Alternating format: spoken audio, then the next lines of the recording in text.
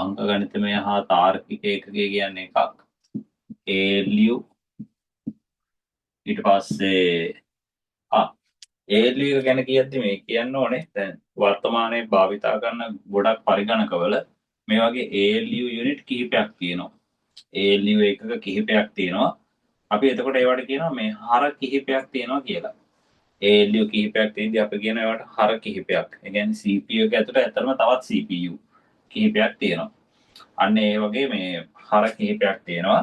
එතකොට මේ අංක ගණිතමය හා තාර්කික ඒකකෙන් කරන දේවල් තමයි එකක් අංක ගණිතමය කටයුතු. එකක් අංක ගණිතමය. ඒ කියන්නේ අංක ගණිතමය කියන්නේ ගණන් හදන ඒවා. ගණන් හදන ඒවා කියන්නේ එකතු කරනවා, අඩු කරනවා, ಗುಣ කරනවා, බෙදනවා නේද? ඊළඟට ආය මොනවද බලය හොයනවා. අන්න ඕක තමයි අංක ගණිතමය. අනිත් එක තමයි තාර්කික. තාර්කික කටයුතු කියලා කියන්නේ සංසන්දනය කරන්න පුළුවන් දේවල්.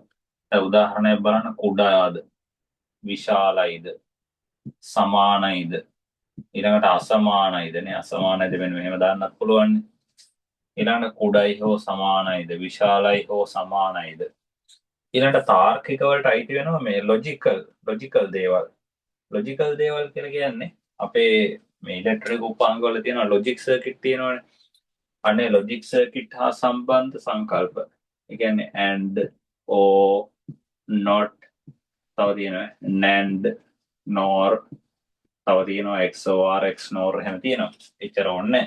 මෙන්න මේ වගේ තාර්කික කටයුතු තර්කන කරන දේවල් තර්කණය සම්බන්ධයෙන් කරන දේවල් මේකට අයිති වෙන. ඒකට බලන්න විශාල පරාසයක දේවල් ALU එකෙන් සිද්ධ කරනවා. අංක ගණිතමය හා තාර්කික ඒකකෙන් විසඳීම සිද්ධ කරනවා. එතකොට මෙන්න මේ ALU එක ඇත්තටම සම්බන්ධ වෙනවා මෙමරි රෙජිස්ටර්ස් එක්ක. මෙමරි රෙජිස්ටර්ස් මතක රෙජිස්ටර් තියෙනවනේ. ඒකත් එක්ක මෙන්න මේ ALU සම්බන්ධයි. ඇයි ඒකට හේතුව මේ ALU එක මොනවා හරි දත්ත සකස් කර ඉන්න ගමන් එයාට තව දෙයක් සකස් කරන්න බෑ. හරිද? එතකොට මොකද කරන්නේ?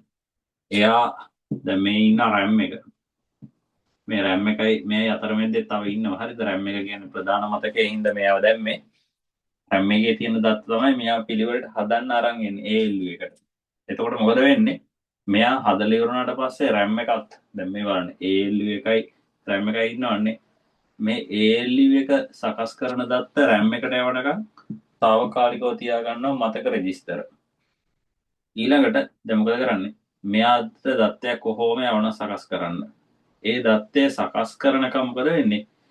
RAM එකෙන් එයා දත්ත මෙයාට ගෙන්නගෙන තියන් ඉන්නවා. මෙමරි රෙජිස්ටර්ස් වලට ගෙන්නගෙන තියන් ඉන්නවා. ඒ ගෙන්නගෙන තියන් ඉතින් මොකද වෙන්නේ? දැන් අර දත්තය සකස් කරලා ආපහු බාර දුන්නේ ගමන් අනිත් දත්තේ මෙයාට ඉක්මනට ප්‍රවේශ කරනවා. මොකද එතකොට වැඩේ ඉක්මනනේ. වැඩේ ඉක්මන. එතකොට බලන්න මෙයාලා CPU එක ඇතුලේ ඉන්නේ මේ. මධ්‍ය සැකසුම් මේකක ඇතුලේ ඉන්නේ. ඇතුලේ තියෙනවා මෙන්න මේ වගේ මතක ඒකකයක්. ALU එකේ සහායට තමයි එයා ඉන්නේ. මොකද වෙන්නේ අර මතකයේ ගෙනල්ලා තියාගෙන ඉන්නවා තැන් වලින්. එතකොට ඉක්මනට අර මාරු කරගන්න ලේසියිනේ. නැත්නම් මොකද වෙන්නේ? ඔය තියෙන දත්ත එහාට මෙහාට මාරු කරන්න ගියාම මේකටත් ලොකු වෙලාවක් ගත වෙනවා. දැන් අපිට ඔය වෙලාව නම් පොඩි වෙලාවක්. හරිද? අපිට ඔය වෙලාව සාමාන්‍ය මිලි සෙකන්ඩ් ලිමයි ඉන්නේ. ඕක ඉතින් පොඩි වෙලාවක් අපිට. හැබැයි පරිගණකයට ඕක ලොකු වෙලාවක්. ඉතින් ඒ නිසා එයා මොකද කරන්නේ? ඉක්මනට දත්ත ටික ප්‍රවේශ කරලා තියාගන්න මතක රෙජිස්ටර් භාවිතා කරනවා. ඔන්න ඊළඟ එක්කෙනා මතක රෙජිස්ටර් memory registers. මේ memory registers වල තියෙන විශේෂත්වය තමයි මෙයා පරිගණකයේ වේගවත්ම මතකය. මෙයා තමයි පරිගණක පද්ධතියේ ඉන්න වේගවත්ම මතකය. ඒ කියන්නේ පරිගණකයට සම්බන්ධ මතක උපාංග ගොඩක් තියෙනවානේ. ප්‍රධාන මතකය, වාරක මතකය, ඊළඟට තියෙනවා තව ROM තියෙනවා, read only memory. ඒ වගේ ඊළඟට hard disk, ඒ කියන්නේ ද්විතීක මතක, අන්න ඒ වගේ මතක වර්ග ගොඩක් තියෙනවා. ඒ ඔක්කොගෙම වේගයෙන්ම ඉන්නේ මතක රෙජිස්ටර්. දැන් අපි ඔක ට්‍රයැන්ගල් එකකට දැම්මොත් එහෙම ඒ ට්‍රයැන්ගල් එකේ උඩම ඉන්නේ මෙයා මතක රෙජිස්ටර්. ඒ වගේම තියෙන විශේෂත්වය තමයි අඩුම ධාරිතාවය තියෙන්නේ මෙයාට. අඩුම ධාරිතාවය. සාමාන්‍යයෙන් ධාරිතාවයමයි බයිට්ස් වලින්. බයිට්ස් කියන්නේ ඉතාමත් කුඩා ඒකකයක්. බයිට්ස් කියන්නේ ඉතාමත් කුඩා ඒකකයක්. හරි මේ රෙජිස්ටර්ස් වල මතකේ. දැන් RAM එකේ සාමාන්‍ය ධාරිතාවයමයි GB වලින්. හරිද? ඊළඟට අර මම ඉස්සෙල්ලා කිව්වනේ වාරක මතකේ. එයාගේ අපි ධාරිතාවයමයි මෙගාබයිට් වලින්. ඒකට මෙයා බයිට්ස් කියන්නේ ඉතාමත් කුඩා අගයක්. අන්න ඒ නිසා ඒකත් මතක තියාගන්න. ඊළඟට තවත් කොටසක් තියෙනවා පාලන ඒකකය. පාලන ඒකකය. ඔය පාලන ඒකකයට කියන CU නැත්නම් අපි කියනවා control unit කියලා. හරිද? ඔන්න මේ control unit එක මෙයත් මේ CP එක ඇතුළේම ඉන්නේ. එයා කරන්නේ පරිගණක පද්ධතියේ තියෙන හැම උපාංගයකටම පාලන සංඥා යවනවා. හැම උපාංගයක්ම පාලනය කරන්න අවශ්‍ය උපදෙස් ලබා දෙන්නේ එයා. ඒකට ඔය විදිහට තමයි මේ කොටස් තුන විස්තර කරන්න තියෙන්නේ. හරි. එබැවින් මේ අදින් පාඩම අවසන් වෙන. අදින් පාඩම අවසන් අපි ඊළඟ සතියේ ඉඳලා කියන්නේ ලබන මාසයේ ඉඳලා දෙවෙනි පාඩම පටන් ගන්නවා. ඔන්න දැන් පළවෙනි පාඩමේ ඔයාලා ඔක්කොම සටහන් සම්පූර්ණ කරගෙන තියාගන්න. මොනවා හරි අපහසු දේවල් තියෙනවා නම් දන්නේ නැති දේවල් තියෙනවා නම් අහන්න.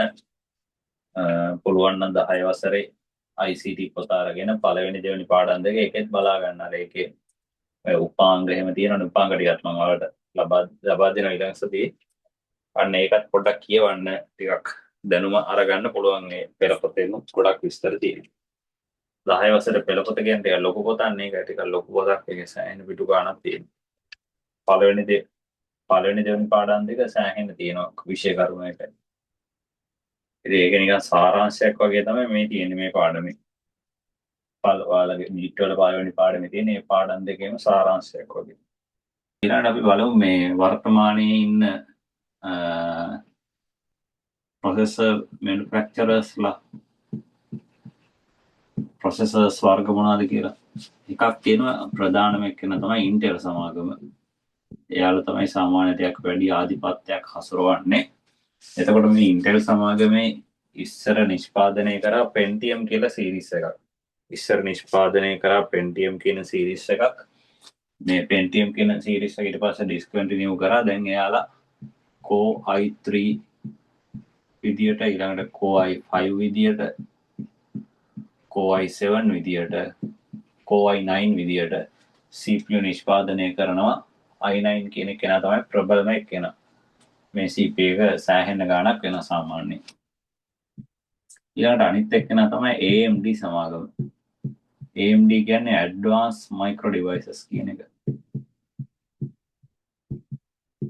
Advanced Micro Devices.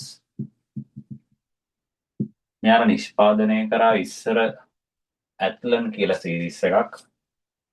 ඒ Athlon කියන සීරීස් එකේ තිබ්බ දුර්වලතා කිහිපයක්. ඒ කියන්නේ අපේ ලංකාව වගේ රටවල් අපි කියන්නේ සමකයට ආසන්න රටවල්නේ. අන්න ඒ නිසා ටිකක් අර වියලි කාල ගුණයක් තියෙනවා. අන්න ඒ වගේ නිසා මේ AMD processors ඇත්තටම රත් වෙනවා. සෑහෙන රත් වුණා. එතකොට එහෙම රත් වෙන හින්දා මොකද මේක performance එක අඩු වෙනවා. අන්න ඒ නිසා එයාලා ඒ සීරීස් එක ඩිස්කන්ටිනියු කරා. ඊට පස්සේ අලුතෙන් එකක් එයාලා මැනුෆැක්චර් කරා. ඒක තමයි Ryzen සීරීස් එක. Ryzen එකේ Ryzen 3 5 7 විදියට අරගන්න පුළුවන්. ලංකාවේ තියෙන ගොඩක් ඔය පරිගණක ගන්න තැන්වල තියෙන Ryzen processors තියෙනවා. සමහර වෙලාවට ඔය ගේම් ගහන්න නේද? වීඩියෝ එඩිට් කරන අය එහෙම පාවිච්චි කරනවා. ඊළඟට Apple සමාගම. Apple සමාගම ඇත්තටම 2020 වෙනකම් පාවිච්චි කරේ Intel processors. එයාලගේ Apple ලගේ තියෙනවා මේ MacBook එහෙම. ඔයාලා අහලා ඇති MacBook එක iMac එක එහෙම තියෙනවානේ. අන්න ඒවට එයාලා භාවිතා කරේ මෙන්න මේ Intel processors තමයි 2020 වෙනකම්ම. හරිද? නේද? කොච්චර මහා ලොකු කම්පැනි එකක් කියලා කිව්වත් මොකද වෙන්නේ? 2020 වෙනකම් මෙයාලා මත තමයි යප්පුනේ. හැබැයි 2020 දී යාලා පටන් ගත්තා M series එක කියලා. එයාලගේම processors වර්ගයක්. M series එක. එතකොට මේ M series එක තියෙන්නේ එයාලගේ computers වල. එයාලගේ computers වල කියන්නේ MacBook එකේ iMac එකේ තියෙනවා. iPhone එකක් වගේ ගත්තොත් ඒක අපිට A series එක බලා ගන්න පුළුවන්. ඒකේ තියෙනවනේ හොඳ powerful processor එකක්. මේක තියෙන iPhone එකේ. එතකොට අන්න එයාලටත් ටිකක් හොඳ performance තියෙන CPU එකක් තියෙනවා. හරිද? ඔන්නවා තමයි processors දැන් වර්තමානයේ තියෙන වර්ග. ඊළඟ තව තියෙනවා සමහර සමාගම නිෂ්පාදනය කරන Motorola සමාගම නිෂ්පාදනය කරනවා. එයාලගේ ස්මාර්ට්ෆෝන් වලට ඊළඟට ආය තව තියෙනවා Nvidia සමාගම නිෂ්පාදනය කරන processors එයාලා GPU වලට ඒ කියන්නේ graphic card වලට අන්න එහෙමත් තියෙනවා. ඊළඟට ගොඩක් ඔය ස්මාර්ට්ෆෝන් දවාලා පාවිච්චි කරනවනේ ඔය මේ Samsung ෆෝන් එකමනේ. Samsung ලගේ තියෙනවා Exynos කියලා තියෙන එකක් Exynos කියලා තියෙනවා එයාලගේම processor එකක්. සාමාන්‍යයෙන් මේක තියෙන්නේ අර Samsung ලගේ අර low මේ high budget series තියෙන නේද? කියන්නේ ගණන් වැඩි වර S series, Note series තියෙන. අන්න ඒවයි මේ Exynos processor එක බලා ගන්න පුළුවන්. ඊළඟට එයාලගේ සාමාන්‍ය ඔය mid range ෆෝන් තියෙනවනේ. mid range කියන්නේ සාමාන්‍යයෙන් මැද්ද ගානක් වගේ තියෙන්නේ. රුපියල් 50000 60000 වගේ ගානට තියෙන්නේ. අන්න ඒවයි තියෙනවා Snapdragon කියන processor එක. Snapdragon එක නිෂ්පාදනය කරන්නේ Qualcomm සමාගමයි. Qualcomm කියලා සමාගමක් එයාලගේ මයික්‍රෝප්‍රොසෙසර් එකක් තමයි Snapdragon කියන්නේ. අන්න ඒක පාවිච්චි කරනවා Samsung කම්පැනි එක. ඔන්න එතකොට බලන්න ඔයාලගේ ෆෝන් වලත් මොන කම්පැනියෙන් හදන මයික්‍රෝප්‍රොසෙසර් එකක්ද පාවිච්චි කරන්න කියලා.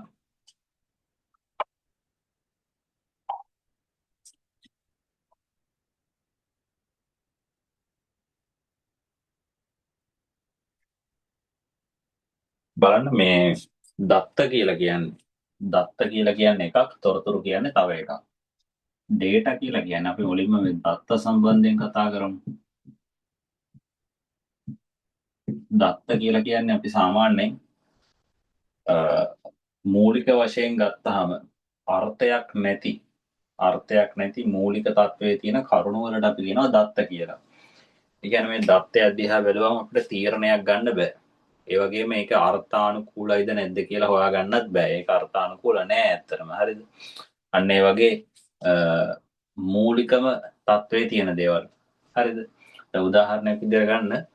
අපි උදාහරණයක් ගමු ඉස්කෝලේක රිපෝට් එකක් ගන්නකො. ඔන්න ඉස්කෝලේක රිපෝට් කාඩ් එකක් හැමෝටම තියෙනව නේද? හැමෝටම ටර්ම් ටෙස්ට් එකක් කරනම රිපෝට් කාඩ් එකක් හම්බ වෙනවා. එතකොට රිපෝට් කාඩ් එක කියන්නේ තොරතුරක්. හරිද? ඒකේ තියෙන තොරතුරු. ඒ තොරතුරු හදන්න දත්ත අරගන්නවා. ඒකේ දත්ත විදියට අපිට අරගන්න පුළුවන් එක ශිෂ්‍යයෙක්ගේ තියෙන ලකුණු. එක ශිෂ්‍යයාගේ මොකද වෙන්නේ විෂයයකට තියෙන ලකුණු. ඔන්න හිතන්න කමල් කියලා කෙනෙක් ඉන්නවා කියලා. කමල් කියන එක්කෙනා ගණිතයට ගත්ත ලකුණු, විද්‍යාවට ගත්ත ලකුණු. ඔන්න ඒ ලකුණු කියලා කියන්නේ එතන තියෙන දත්ත. එතකොට ඔන්න විදියට ඒ දත්ත අරගත්තාම බලන්න ඒව මූලිකම තත්වයේ තියෙන්නේ. අපිට ඒ සම්බන්ධයෙන් කිසිම තීරණයක් ගන්න බෑනේ. දැන් අමල් කියලා කෙනෙක් ඉන්නේ එයාගේ ලකුණුත් තියෙනවා. ඒ ලකුණු වලින් අපිට කියන්න බෑනේ පන්තියේ වැඩිම එයා කියලා නේද? පන්තියේ වැඩිම එයා කියලා කියන්න බෑනේ අපිට. පන්තියේ ඔක්කොගෙම දත්ත තියෙනකොට එතකොට අපිට සංසන්දනය කරන්න පුළුවන්. පන්තියේ ළමයි ඔක්කොගෙම දත්ත තියෙනවා සංසන්දනය කරන්න පුළුවන්. දැන් අමල්ගේ එක විෂයක ලකුණ තිබ්බා කියලා හිතන්නකෝ. අමල්ගේ ගණන් වලට විතරක් ලකුණ තියෙනවා. දැන් එහෙම තියෙද්දි අපිට කියන්න පුළුවන්ද එයා තමයි පන්තියේ පළවෙනියා කියලා? එයා තමයි පන්තියේ වැඩිම කියන්නේ පන්තියේ උපරිම ලකුණු තියෙන එයාට කියලා කියන්න පුළුවන්ද? බෑනේ. එයාගේ රෑන්ක් එක කියන්න බෑ. ඊළඟට එයාගේ මධ්‍යයන අගයක් කියන්නත් බෑ. කියන්නේ එක විෂයකට අරගන්න සාමාන්‍ය අගයක්වත් අපිට කියන්න බෑ. ඔන්න ඒව තමයි දත්ත කියලා කියන්නේ. මූලිකම තත්වයේ තියෙනවා කිසිම තීරණයක් ගන්න බෑ. තොරතුරක් නිෂ්පාදනය වෙලා නැහැ එතන. තව උදාහරණයක් අපි ගමු මේ කාලගුණ වාර්තාව.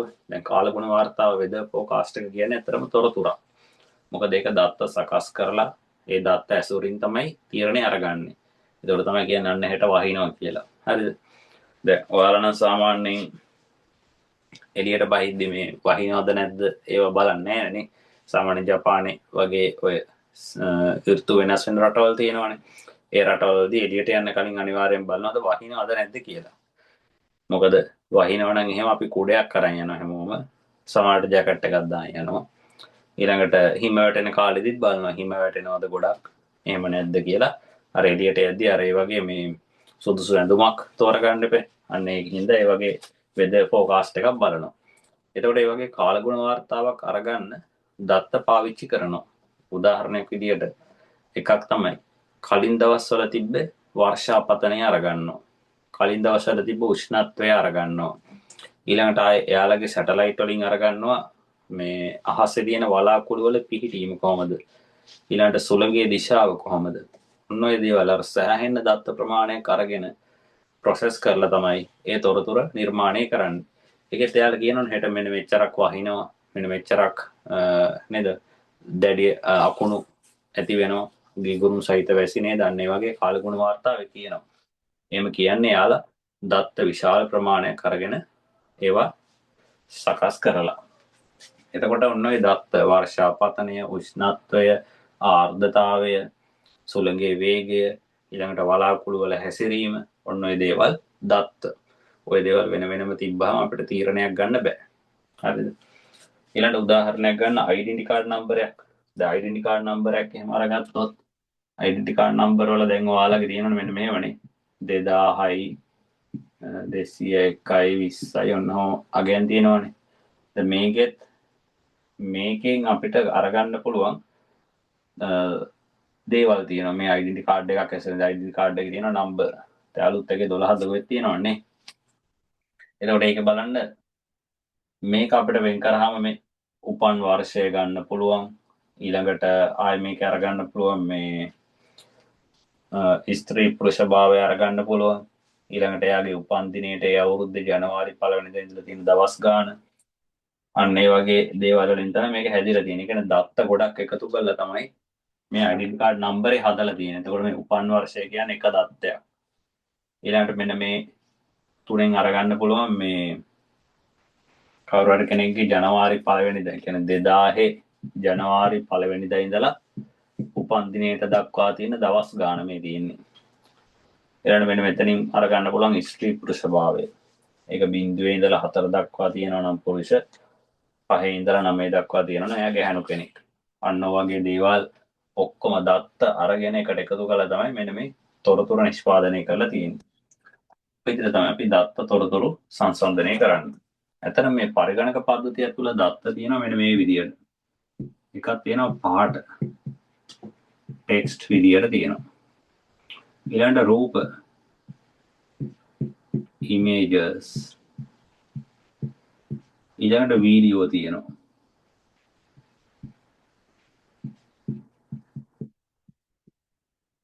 මේ තියෙන්නේ මේ පරිගණකයේ ඊළඟට හඬ සවුන්ඩ් තියෙනවා.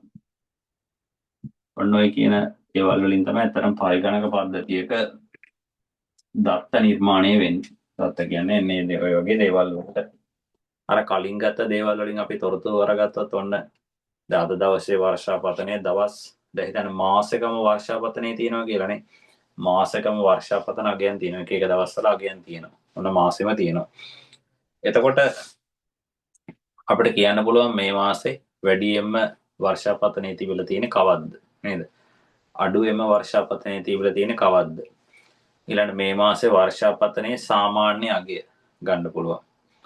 ඊළඟ මුළු වර්ෂාපතනය මේ මාසේ කොච්චරක් වැස්සද? අන්න ඔය දේවල් අරගත්තාම ඇත්තටම අනාගතේ ප්‍රෙඩික්ට් කරන්න පුළුවන් නේද? ඊළඟ අවුරුද්දෙත් මේ ගාන වහී කියලා සාමාන්‍යනේ. සාමාන්‍ය අගයක් කියන්න පුළුවන් මේ මාසේ මෙච්චරක් වහින්න ඉඩ දිනවනේ. එතකොට ඒ වගේ තොරතුරු ඇත්තටම වැදගත් වෙනවානේ. ගොවීන්ට ඊළඟට දීවරයන්ට වගේ වැදගත් වෙන වගේ තොරතුරු. ඊළඟට අර එක එක ශිෂ්‍යයෙක්ගේ ICT ලකුණු තියෙනවනේ. ශිෂ්‍යයෙක්ගේ ICT ලකුණු දැන් බලන්න පන්ති ළමයි 50ක් ඉන්නවා 50ගෙම ICT ලකුණු තියෙනවා කියලා හිතන්න. එතකොට අපිට කියන්න පුළුවන් උපරිම ලකුණු කාගේද? අඩුම ලකුණු තියෙන්නේ කාගේද? ඊට පස්සේ සාමාන්‍ය ලකුණක් කියන්න පුළුවන් නේද? සාමාන්‍යයෙන් ICT වලට මෙන්න මෙච්චර ලකුණක් තමයි ළමයෙක් ගන්න කියලා අන්න ඒ වගේ අගයක් කියන්න පුළුවන්. ඔන්න තොරතුරු. ඊළඟට අපිට කතා කරන්න තියෙනවා මේ ගුණාත්මක තොරතුරුක ලක්ෂණ. ගුණාත්මක තොරතුරක තියෙන පුළුවන් ලක්ෂණ කිහිපයක් තියෙන එකක් තමයි නිර්වද්‍යතාවය. දැන් ඇත්තටම තොරතුරක් ගත්තොත් ඒක නිවැරදි වෙන්න එපා නේද? උදාහරණයක් ගමු කාලගුණානායකය. කාලගුණා නැවකිය ගත්තොත් ඒක නිවැරදි වෙන්න ඕනේ නේද? ඒක වැරදි වුණොත් මොකද වෙන්නේ? කොවියෝ නේද? තමන්ගේ අස්වැන්න නෙලා ගන්නේවා නේද? ඊළඟට බීජ හිටවනේවා අන්න ඒ වගේ දේවල්ට අනාවැකිය එයාලට වැදගත් වෙනවා. දීවරයන්ට වැදගත් වෙනවා. නාවිකයන්ට වැදගත් වෙනවා නේද? කියන්නේ නැව්වල යන අයට වැදගත් වෙනවා. මොකද එයාලා අර සුණා මේ කුණාටු එහෙම තියෙනවා නම් මොකද කරන්නේ? ගමන් මාර්ගය පොඩ්ඩක් වෙනස් කරනවා, නැත්නම් ගමන පොඩ්ඩක් පහු කරනවා. නිර්වද්‍ය වෙන්න ඕනේ. ඊළඟට සම්පූර්ණ වෙන්න ඕනේ. ඒ කියන්නේ දැන් හිතන්න පන්තියක ළමයින්ගේ ඔන්න රිපෝට් එක අරගෙන රෑන්ක් එක හදනවන්නේ. එතකොට පන්තිය ළමයිගේ අර ඔක්කොගෙම තොරතුරු ඒකට ඇතුළත් වෙන්න ඕනේ. ඔක්කොගෙම දත්ත ඒකට ඇතුළත් වෙන්න ඕනේ. සියලු දෙනාගේම දත්ත ඇතුළත් වෙන්න ඕනේ. සම්පූර්ණ වෙන්න ඕනේ. පන්තිය ළමයි 40 නම් 40ගෙම ඒවා තියෙන්න ඕනේ. නේද? එක්කෙනෙක් දෙන්නෙක් මිස් වුණොත් මොකද වෙන්නේ? සම්පූර්ණයෙන් මේ රිපෝට් එක වෙනස් වෙනවා. ඔන්න ඒක සම්පූර්ණ බව. ඊළඟ කාලීන බව. කාලීන බව කියන එකත් අපි අරගමු දැන්. කාලගුණානාවකයේ කාලගුණානාවකයක් අද තියෙන එක නෙමෙයි හෙට වෙන්නේ නේ. හෙට තියෙන එක නෙමෙයි අනිද්දා වෙන්නේ. කාලගුණානාවකයක් සාමාන්‍යයෙන් කියනව නේද? සති දෙකක්ද කොහෙදනේ වළංගු වෙන්නේ? සතියක් හෝ දෙකක් තමයි වළංගු වෙන්නේ. ඊට වඩා එක වළංගු වෙන්නේ නැහැ. ඉතින් අන්න ඒ වගේ ඒවා වෙනස් වෙනවා නේද? කාලයට අනුකූලව වෙනස් වෙන දේවල්. ඊට පස්සේ ආයේ විශ්වාසනීයත්වය. කියන්නේ විශ්වාසය ඇති වෙන සුළු වෙන්න ඕනේ. ඕනම තොරතුරක් විශ්වාසය ඇති වෙන සුළු වෙන්න ඕනේ. නැත්නම් මොකද වෙන්නේ? අපි ඒ සම්බන්ධයෙන් තීරණ අරගන්නේ නැති වෙනවා. පාඩමේ අන්තිම කොටස තමයි ඊළඟට තියෙන කතා කරන්න. පාඩමේ අන්තිම කොටස අපිට කතා කරන්න තියෙන්නේ පරිගණකයේ පිරිවිතර. ස්පෙસિෆිකේෂන් ගැන තමයි කතා කරන්න තියෙන්නේ.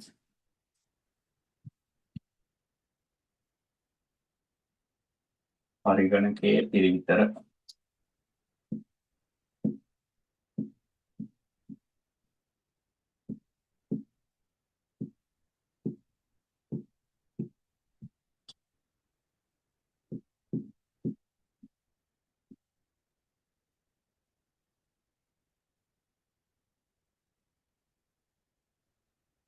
ස්පෙસિෆිකේෂන්.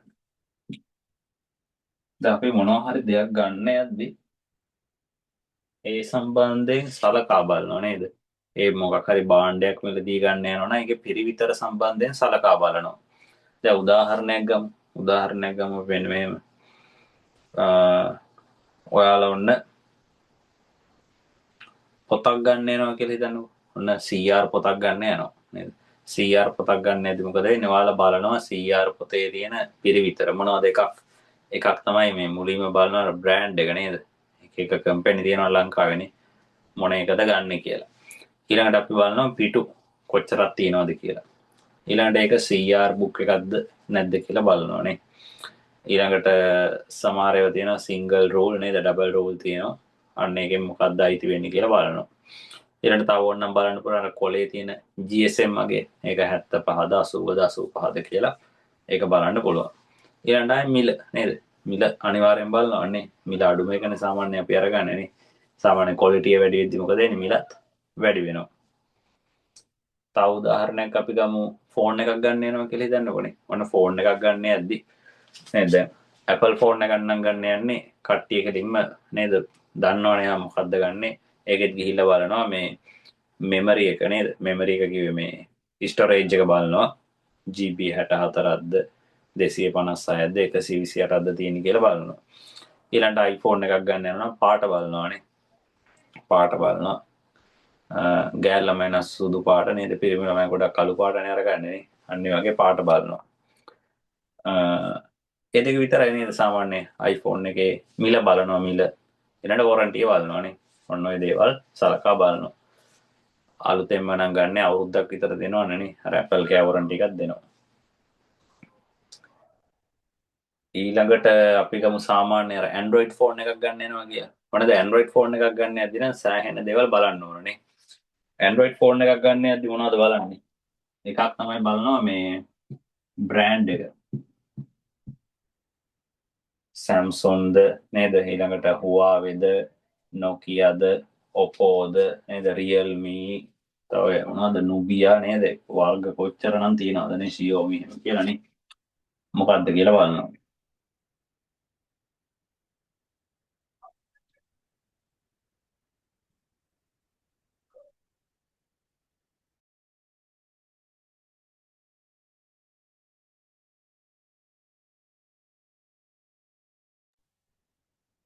ඊට පස්සේ ඊළඟට මේ Android ෆෝන් එකක් අරගද්දී අපි බලනවා RAM එක කීයක් තියෙනවද කියලා. RAM එක 4GB ද 6GB ද 8GB ද කියලා බලනවා. ඊළඟට ස්ටෝරේජ් එක බලනවානේ. කොච්චරක් ස්ටෝරේජ් එක තියෙනවද 64ක්ද GB 128ක්ද කීයක්ද කියලා බලනවා. ඊළඟට Android නම් තියෙන එක Android version එකත් බලනවානේ. Android version එක මොකක්ද කියලාත් බලනවා. හරිද? ඊළඟට කැමරා එක බලනවානේ. කැමරාව බලනවානේ කැමරාවේ මෙගාපික්සල් කොච්චරක් තියෙනවද කියලානේ. සාමාන්‍ය ගොඩක් වෙලාවට එනම් බලන්නකො මෙගාපික්සල් ගන්න කැමරාවේ කැමරා කීයක් තියෙනවද කියලා බලන්නේ. කැමරා එකේ ලෙන්ස් කීයක් තියෙනවද කියලා බලලා ගොඩක් අය අරගන්නේ. ඊළඟට ආයෙ බලනවා charger එක නේද? adapter එක මොන වගේද කියලා බලනවා. දැන් ඔය ස්ටෑන්ඩඩ් තියෙනවනේ type C ආකාර ඒවා. ඔන්න ඔය විදියට price එක බලනවා, warranty එක බලනවා. ඔය දේවල් තියෙනවා.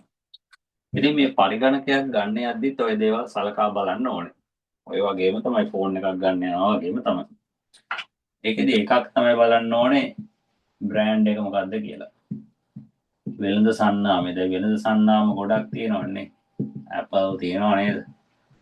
Apple එකක් ගන්න යද්දි නම් ඉතින් ගොඩාක් දේවල් බලන්න නැහැ. HP ද ඊළඟට Dell ද Acer ද මොකක්ද කියලා බලන්න ඕනේ. ඔන්න බ්‍රෑන්ඩ් එක සලකා බලන්න ඕනේ. ඊළඟට තමයි ඒකේ තියෙන ප්‍රොසෙසර් එක මොකක්ද කියලා. ප්‍රොසෙසර් එකේ ටයිප් එකයි ප්‍රොසෙසර් එකේ මොඩල් එකයි ස්පීඩ් එකයි බලන්න ඕනේ. දැන් ඔයා ගන්න යන්න ඕනේ හිතන්න Intel වගේ නම්. ඉතින් Intel එකක්ද නේද? Intel i3ද නැත්නම් AMD Ryzen 5ද අන්න ඔය කියන ඒවා බලන්න ඕනේ. ඊළඟට ඒක ස්පීඩ් එක ඒවා ස්පීඩ් එක තියෙනවා ගිගාහර්ට්ස් වලින් නේ. ගිගාහර්ට්ස් කියන අගයන් වලින් ස්පීඩ් එක බලන්න. ස්පීඩ් එක වැඩි අගයක් තමයි අපි අරගන්න ඕනේ. ඕකේ. ඊට පස්සේ ආයෙ අපි සලකා බලන්න ඕන දෙයක් තමයි මේ ප්‍රධාන මතකේ RAM එකේ කැපැසිටි එක කොච්චරක් තියෙනවද කියලා. ධාරිතාවය කොච්චරක් තියෙනවද? සාමාන්‍ය වර්තමාන නම් තියෙනවනේ නේද 4GB 8GB 16GB වගේ තියෙනවා. ඒ වගේ වර්ග වලින් බලන්න පුළුවන්. ඊළඟට RAM එකේ ආයෙ බලන්න ඕනේ මේ type එක. ඒක DDR4ද 5ද කියලා ඒකත් සලකා බලන්න පුළුවන්. ඔන්න එකක්. ඊළඟට ආයෙ තව එකක් තමයි සලකා බලන්න ඕනේ ද්විතීකාචයනයේ ධාරිතාවය. ඒ කියන්නේ ඇත්තටම hard disk එකේ capacity. ඇත්තටම මේ hard disk විතරක් නෙවෙයි මේකෙදි බලන්න ඕනේ secondary memory නැත්නම් අපි කියන storage device. සමහර වෙලාවට සමහර පරිගණකවල ප්‍රධානම ද්විතීකාචයන විදියට hard disk එක පාවිච්චි කරනවා. දෘඩ තැටිය. එතකොට බලන්න ඕනේ ඒක ධාරිතාවය GB 500යිද 1TBද කියලා බලන්න ඕනේ. සමහර ඒවා SSD භාවිතා කරනවා. SSD වල සාමාන්‍ය ධාරිතාවය 128GB 240GB ඔන්න ඔය විදිහට තියෙනවා 250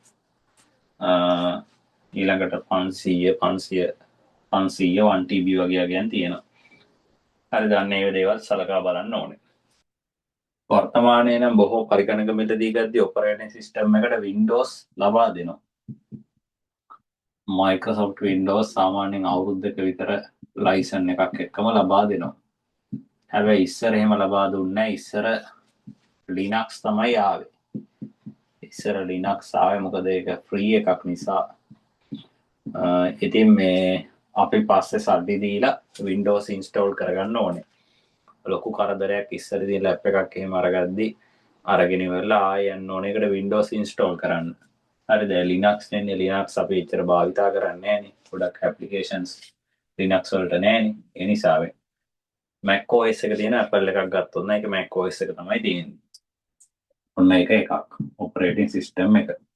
ඊළඟට ආයෙ සලකා බලන්න ඕන එකක් තමයි මේ කනෙක්ෂන්ස් මොනවද කියලා. සම්බන්ධතා කියලා කියන්නේ දැන් ඩෙස්ක්ටොප් කම්පියුටර් එකක් ගත්තොත් එහෙනම් මේකේ තියෙන සම්බන්ධතා ප්‍රමාණය සීමිතයි. ගොඩක් කෙවෙනින්නේ තියෙන්නේ. අන්න ඒ වගේ වෙලාවට අපි ඒක එක්ස්පෑන්ඩ් කරන්න ඕනේ. හැබැයි ලැප්ටොප් එකක් ගත්තොත් ඒවයි Wi-Fi තියෙනවා. ඒ වගේම Bluetooth එහෙම තියෙනවා. අන්න ඒ නිසා ඒක වාසි නේද? දැන් ඩෙස්ක්ටොප් එකක් වගේ අරගත්තොත් මේවට වෙනම ඇඩැප්ටර්ස් තියෙනවා. Wi-Fi ඇඩැප්ටර්ස්, Bluetooth ඇඩැප්ටර්ස් වෙනම මිලදී ගන්න ඕනේ. ඊළඟට තවත් එකක් තමයි සලකා බලන්න ඕනේ මොනිටර් එකේ සයිස් එක. Monitor type and size. Monitor එකේ type එක. ඒ කියන්නේ LCD ද LED ද? ඔන්න ඒක සලකා බලන්න ඕනේ විශේෂම දෙයක්. LCD ද නැත්නම් LED ද කියලා බලන්න ඕනේ. සයිස් මොකද වෙන්නේ? සයිස් වර්ග තියෙනව නේද? සයිස් තියෙනවා අඟල් 24 තියෙනවා. ඊළඟට අඟල් 32 නේද? 32 නම් සයිස් එක වැඩි 19 තියෙනවානේ. අන්න වගේ ප්‍රමාණ වලින් අරගන්න පුළුවන්. ලැප්ටොප් එකක් වගේ ගත්තොත් නම් ඒක 15.6ක් තමයි තියෙන්නේ. මේ අඟල් මේ තියෙන අඟල් කියන එක ඉන්චස් අඟල් වලින් තමයි එකම ඉන්නේ. සංදර්ශකයක ප්‍රමාණය. මේ සංදර්ශකයක ප්‍රමාණයමයි ඉන්නේ. සංදර්ශකයේ විකර්ණය. එන මේ විකර්ණයෙන් තමයි ප්‍රමාණයමයි ඉන්නේ. විකර්ණය අඟල් වලින් තමයි ඒක තීරණය කරන්නේ. ඕකේ. ඊළඟට අපි ආයෙ සලකා බලන්න ඕනේ තවත් දෙයක් තමයි වගකීම. වගකීම මොකද වෙන්නේ? සමහර ආයතන වලින් ආයතන වලට වෙනස් වෙනවා. සමහර අය අවුරුද්දක් වොරන්ටි, සමහර අය අවුරුදු දෙකක් වොරන්ටි, සමහර අය අවුරුද්දක සොෆ්ට්වෙයාර් වොරන්ටි, අවුරුදු දෙකක හાર્ඩ්වෙයාර් වොරන්ටි අන්න ඔය විදිහට ලබා දෙනවා. ඔන්න වගකීම් සම්බන්ධයෙන් සෑහෙන්න සැලකිලිමත් වෙන්න ඕනේ. මොකද දැන් ගන්න ආයතනේ වහලා දාලා නම් පස්සේ කාලෙක මොකද කරන්නේ නේ? වොරන්ටි ගන්න විදියක් නැහැ. හදිසි හරි ගැටලුවක් වුණොත්. ඊළඟට මිල. නැත්තම් ඉතින් මිල තමයි මුලින්ම බලන්න ඕනේ. නේද? ප්‍රයිස් එක තමයි මුලින්ම බලන්න ඕනේ. දැන් මේ උඩ අපි කතා කරපු ස්පෙක් වෙනස් වෙන්නේ මිලත් වෙනස් වෙනවා.